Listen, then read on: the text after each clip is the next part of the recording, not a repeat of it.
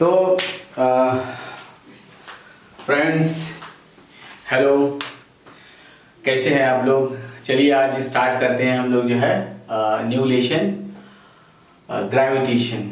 Okay, तो ये है अपना जो है नया लेशन ग्रेविटेशन। तो आइए डिस्कस करते हैं ग्रेविटेशन में। तो पहले हम लोग पढ़ते हैं फर्स्ट इसमें पहली बात तो ग्रेविटेशन से आप लोग पहले से ही जो है थोड़ी थोड़ी जानकारी आपको क्लास 9 से ही है कि व्हाट इज ग्रेविटेशन। और ग्रेविटेशन में Newton's laws of gravitation, relation between G, capital G and small G, and many more, ऐसे बहुत सारी चीज़ें थी। तो अभी हम लोग जो है पहले फर्स्ट टॉपिक पे डिस्कस करते हैं जिसका नाम है न्यूटन्स लॉज ऑफ ग्रेविटेशन। तो न्यूटन्स लॉज ऑफ ग्रेविटेशन क्या है? न्यूटन्स लॉ ऑफ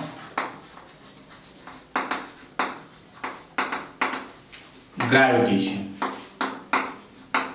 तो अगर हम लोग बात करें कि what is Newton's laws of gravitation, तो according to Newton's law of gravitation, the force of attraction between two point masses is directly proportional to product of their point masses and inversely proportional to square of distance between them। तो यहाँ से करते हैं जो है according to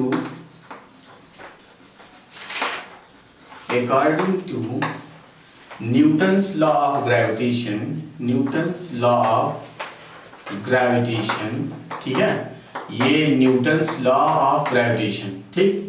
According to Newton's law of gravitation, the force of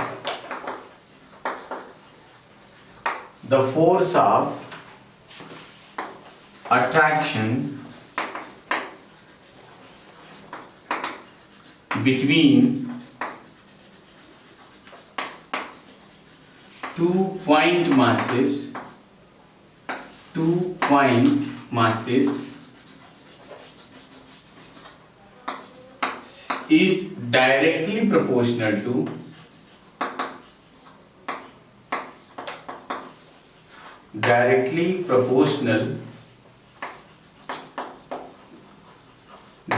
proportional to product of,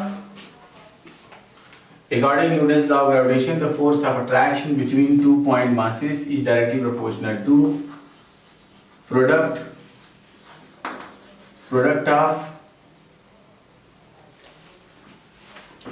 of their point masses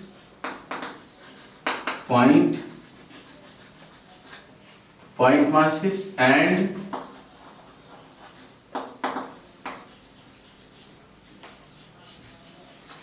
inversely proportional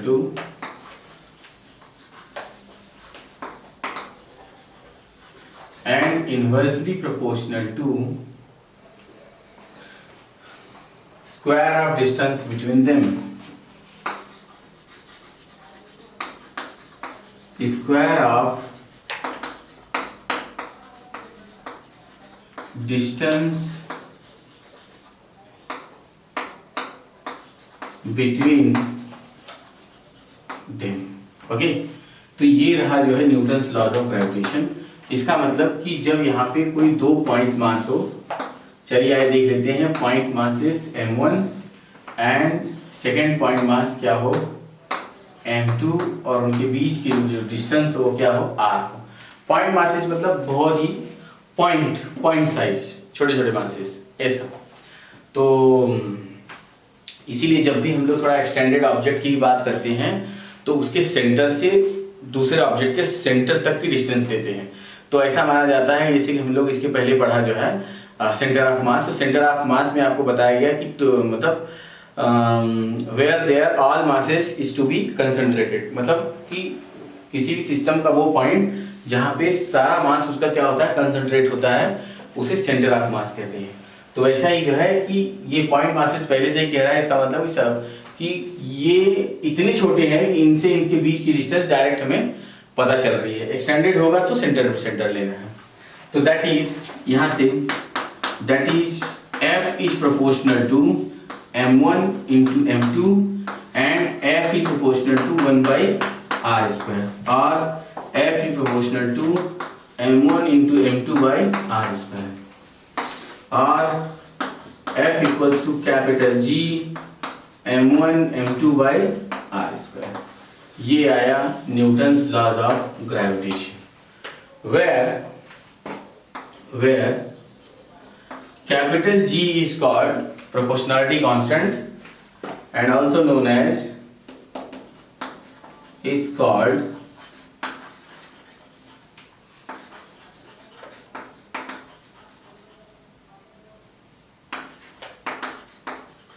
proportionality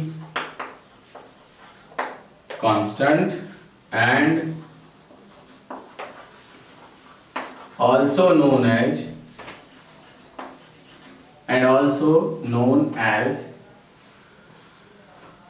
universal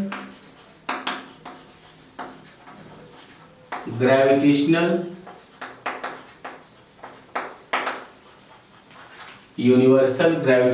constant। Okay, ये capital G क्या है? Universal gravitational constant and its value, और इसकी जो value होगी and capital G equals to 6.67 into 10 to the power minus 11 newton metre square पर kilogram square. Okay, ये इसका जो है यूनिट। तो यूनिट इसकी क्या होगी? न्यूटन मीटर स्क्वायर पर किलोग्राम स्क्वायर, और इसकी जो वैल्यू होती है 6.67 इंटू 10 का माइनस 11। ये इस तरीके से न्यूटन्स लॉज ऑफ ग्रेविटेशन हो गया। तो ये बिल्कुल ऐसा हमारा अपना जो है स्केलर फॉर्म में हमने ऐसा निकाल दिया जो है। अब अगर हम लोग बात करें कि वेक्टर फॉर्म में, वेक्टर फॉर्मेट में जो है ये न्यूटन्स लॉज ऑफ ग्रेविटेशन क्या होगा, तो आप इसे फटाफट नोट करें।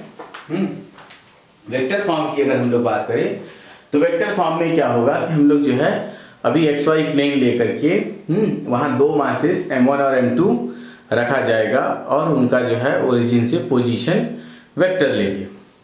ठीक है, तो वो जो पोजीशन वेक्टर होगी और फिर जो है m1 और m2 को मिला दिया जाएगा। तो पोजीशन वेक्टर की हेल्प से उनके बीच की डिस्टेंस निकाली जाएगी। ठीक, तो आइए जो है देखते हैं।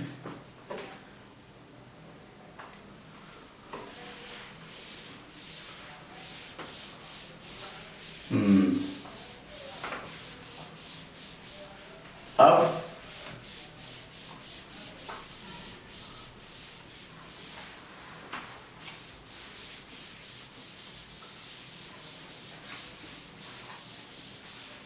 आइए वेक्टर फॉर्म में देखते हैं कि वेक्टर फॉर्मेट में क्या होगा।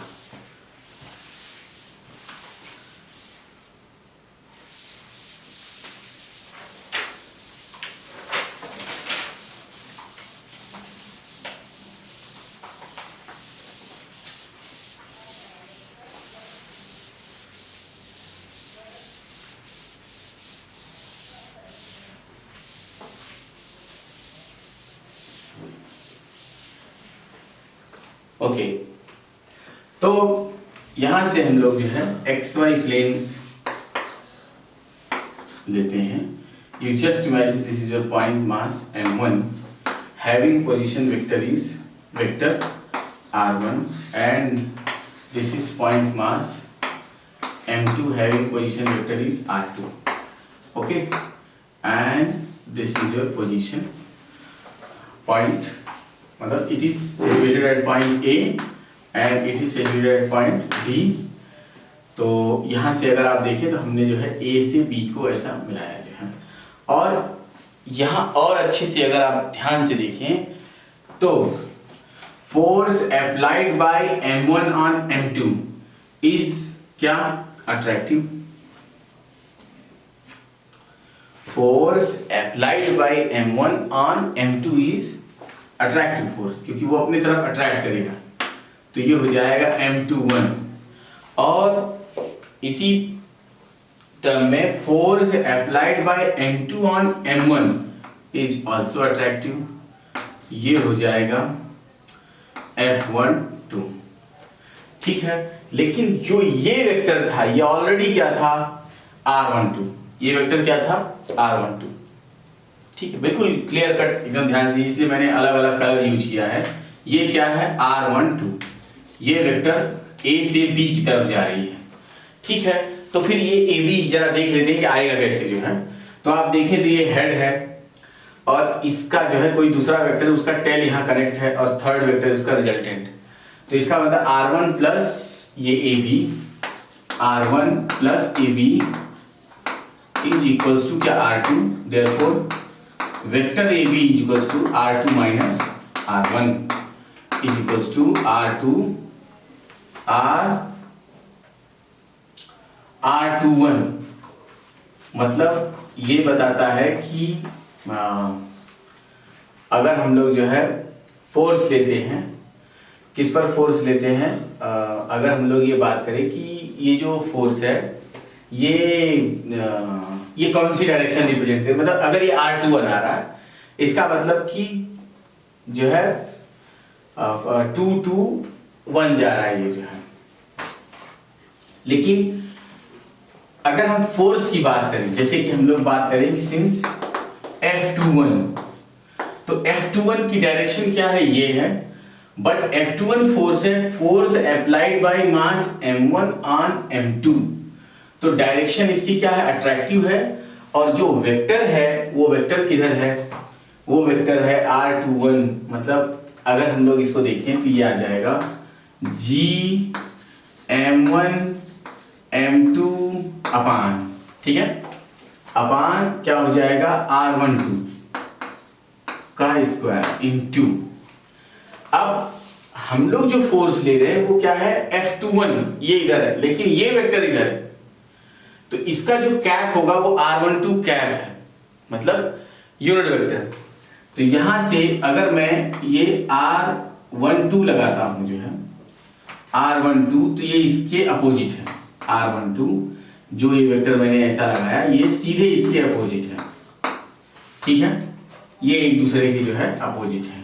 ठीक है, तो इसके जगह पे हम आप इसको क्या कन्वर्ट कर सकते हैं। अच्छा, एक बात और जो है, आप अगर वेक्टर R12 को मॉड में लेते हैं तो यहां आपको माइनस साइन जो है R21 जो है क्या आएगा, माइनस आएगा, लेकिन ये दोनों R21 equals to R12 equals to R21 ये ऐसे होंगे और ये जो है स्केलर है तो ये बराबर होंगे। तो इसका चैलेंज नहीं है, चैलेंज ये इधर का है। तो इसका मतलब कि ये जो माइनस साइन है RF21, जो ये यहां से माइनस साइन है माइनस G M1 M2 अपान R12 स्क्वायर इंटू R12, और ये मतलब कि ये बताता है कि जो यूनिट वेक्टर है जो हमने कंसीडर किया वो इस डायरेक्शन को रिप्रेजेंट कर रहा है, बट जो फोर्स वेक्टर इस यूनिट वेक्टर के अपोजिट डायरेक्शन में है, इसलिए ये माइनस है। बट ये माइनस साइन सीधे सीधे हमें ये बताता है कि this force is attractive. Minus sign represents this force is attractive. आप यहां लिख दो, since here negative sign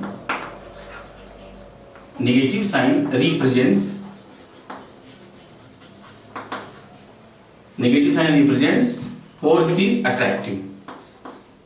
Yeah, this force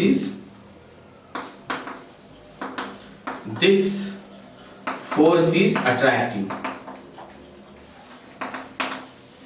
ठीक है, अच्छा, this force is attractive, तो ये यहां से हो गया ऐसा जो है। अच्छा, अब अगर हम लोग उसी टर्म में जो है F12 की बात करें एंड F12 की बात करते हैं, तो ये जो फोर्स है, अच्छा, तो यहां पर जो ये फोर्स है, ये फोर्स क्या रिप्रेजेंट करेगा। अच्छा, अगर मैं एक सेकंड के लिए मैं जरा सा इसी को ही थोड़ा और एक बार आपको समझाऊं, क्लियर करा दूं कि अगर मैं इसी वेक्टर को इन्वर्टेड कर दूं तो simple F21 is equals to ये क्या हो जाएगा माइनस G M1 M2 अपान R21 स्क्वायर है, जो स्केलर है तो बराबर है, इनटू क्या हो जाएगा R21 वेक्टर।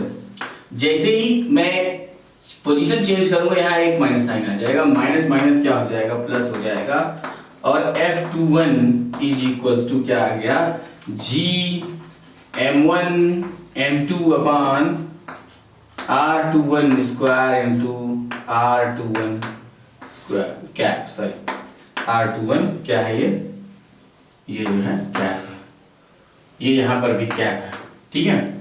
तो ये यहाँ कैप है, एक्चुअली ध्यान देने वाली बात है, ये यहाँ कैप है। तो आपने यहाँ से देखा कि ये जो है क्या बताता है, ये कैप आ गया। R21 कैप एक यूनिट वेक्टर है जो कि इस फोर्स के डायरेक्शन को बताता है, मतलब F21 फोर्स के डायरेक्शन को बता रहा है। यहां जो आया जो है, जो मैथमेटिकली पहली बात तो इसने जो है डायरेक्ट हमें ये मैसेज दिया कि फोर्स इधर लग रही है और जो यूनिट वेक्टर यहाँ गिवन है वो ऑलरेडी इस डायरेक्शन को है। इसका मतलब कि फोर्स क्या है, अट्रैक्टिव है। अच्छा, अगर हम लोग जो है सिमिलरली अगर F12 फाइंड आउट करते हैं डायरेक्ट, अगर मैं F12 लिख दूं, F12 इक्वल टू क्या हो जाएगा, G M1 M2 अपान R12 स्क्वायर इनटू क्या, R12 क्या। सीधे सीधे अगर आप देखें तो ये यहाँ से डायरेक्ट हुआ, ये यहाँ पे आपको सीधे सीधे क्या आ रहा है। अच्छा, ये प्लस क्यों आया, क्योंकि according Newton third law forces are equal and opposite. अगर आप इसे देखें तो ये फोर्स क्या है, इक्वल है, अपोजिट है, मतलब ये इस पे फोर्स कैसे लगा रहा है जो है, रिपल्सिव, और ये इस पे कैसे फोर्स लगा रहा है, ये भी रिपल्सिव लगा रहा है। अब आप चाहे अंदर अंदर रखें या इसको जो है ये यहाँ पे जो रखते तो वो क्या रखते जो है F21, और ये जो इधर रखते आप जो है तो ये क्या हो जाता F12, ठीक है। लेकिन ये फोर्स क्या है, अट्रैक्टिव है, इसलिए जो है ये जो है इसकी तरफ अट्रैक्ट हो रहा है और ये इसकी तरफ, तो ये इसकी तरफ अट्रैक्ट हो रहा है, इसलिए ऐसा दिखाया गया है।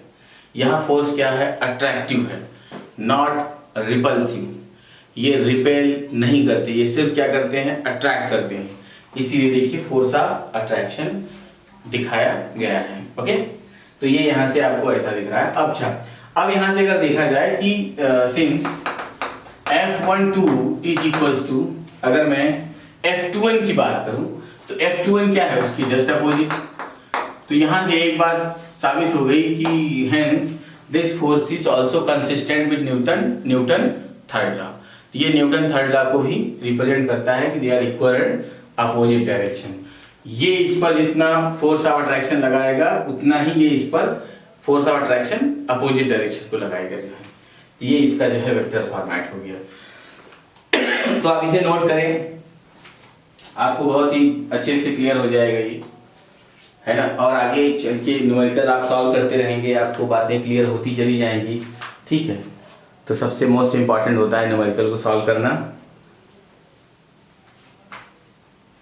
हो गया। अब जरा सा देखिए जो है, अब जरा सा मैं दो मास के अलावा जो है कई सारे सिस्टम ऑफ मासेस ले लेता हूँ। तो अगर हम लोग जो है एक छोटा सा और डेरिवेशन करें, बहुत ही अच्छा डेरिवेशन, सिस्टम ऑफ मासेस लेते हैं और वहाँ पे आपको जो है ये जो F12 F21 का जो प्रॉब्लम है, जो ये है, वो वहाँ आपको बहुत अच्छे से क्लियर हो जाएगा। तो आइए डिस्कस करते हैं आगे जो है forces due to system of masses, net force on a single mass due to system of masses. तो मतलब ढेर सारे मास रखे गए हैं और उसमें से किसी एक मास पे हम लोगों को नेट फोर्स फाइंड आउट करना है, ठीक है। तो बहुत ही इंटरेस्टिंग है आपका ये नया टॉपिक कि forces due to system of masses. तो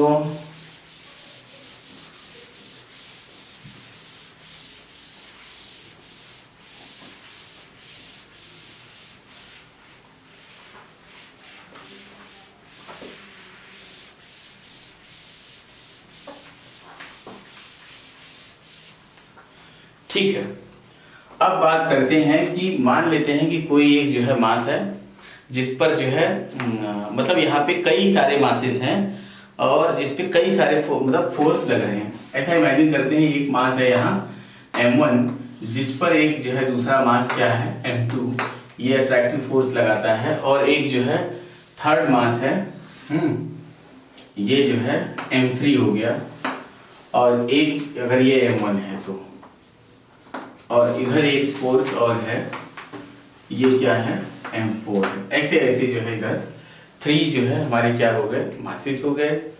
अब जो है जरा देखा जाए कि इसी m1 पे जो फोर्स लगेगा वो कैसा लगाएगा, ये अट्रैक्टिव, ये कैसा लगाएगा अट्रैक्टिव, ये भी कैसा लगाएगा अट्रैक्टिव। एक बात तो क्लियर हो गया कि ये लोग फोर्स कैसे लगाएंगे, अट्रैक्टिव। अब बताएंगे आप जो है कि ये F क्या लिखा जाएगा, force on M1 due to M2, force on M1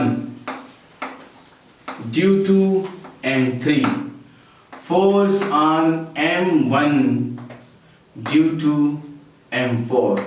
ठीक है, दिख रहा है आपको बिल्कुल अच्छे से, आपको ये भी बात क्लियर हो गई होगी कि मैंने किस तरह से ये फोर्स लिखी, जो है जिस पर फोर्स लग रहा है वो पहले और जो लगा रहा है वो क्या है बाद में। ठीक है, तो यहां से आपको ये बात क्लियर हो गई, अच्छे से क्लियर हो गई।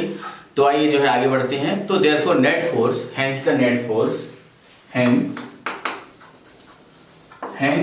The net force on mass m1 due to other masses,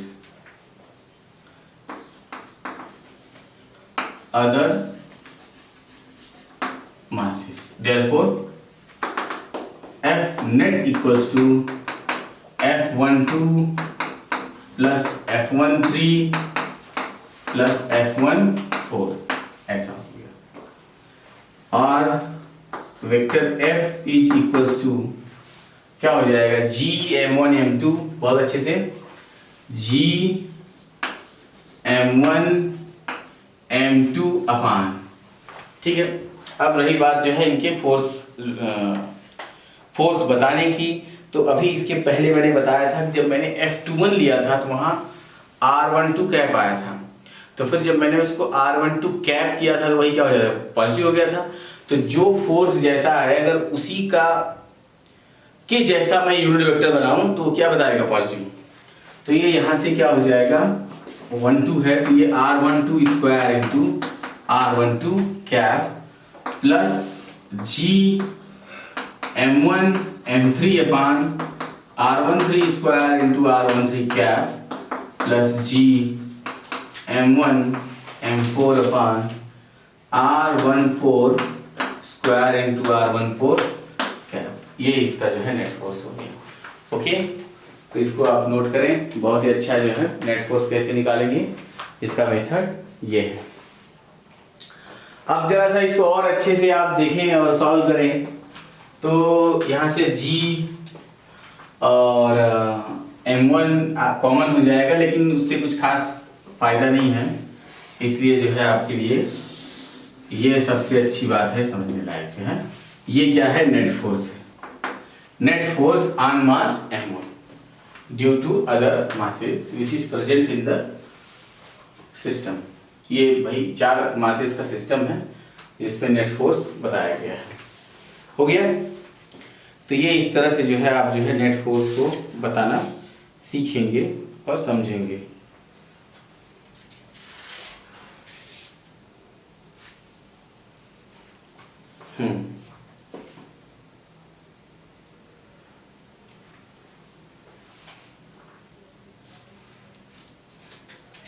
ठीक है, अब जरा सा हम लोग जो है इसके एक नज़र बुक पे डाल देते हैं।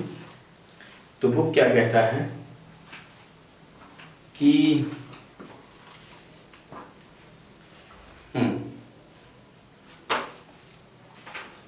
बुक कहता है कि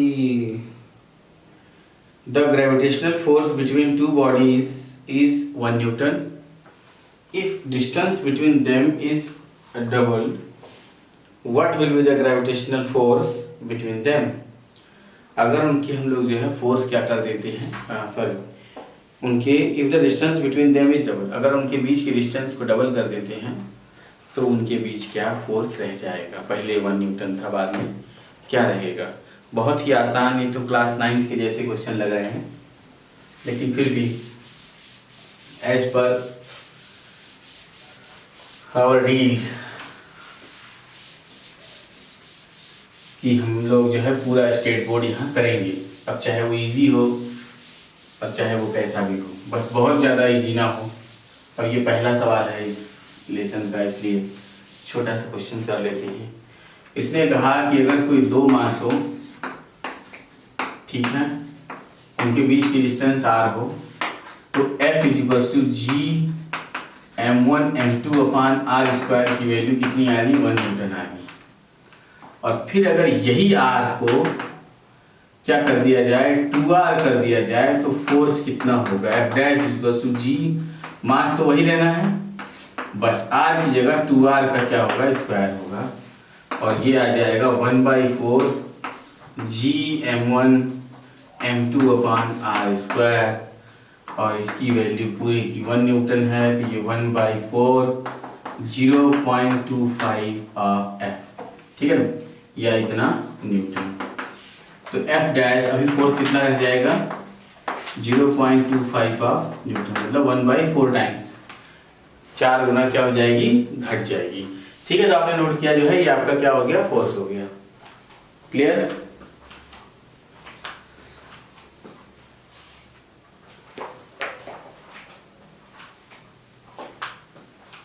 ये आपका फोर्स हो गया, ठीक है। और इसके आगे हम लोग जो है नेक्स्ट वीडियो में डिस्कस करते हैं। तब तक आप जो है सॉल्व करें, रीड करें, पढ़ें। Okay, thank you.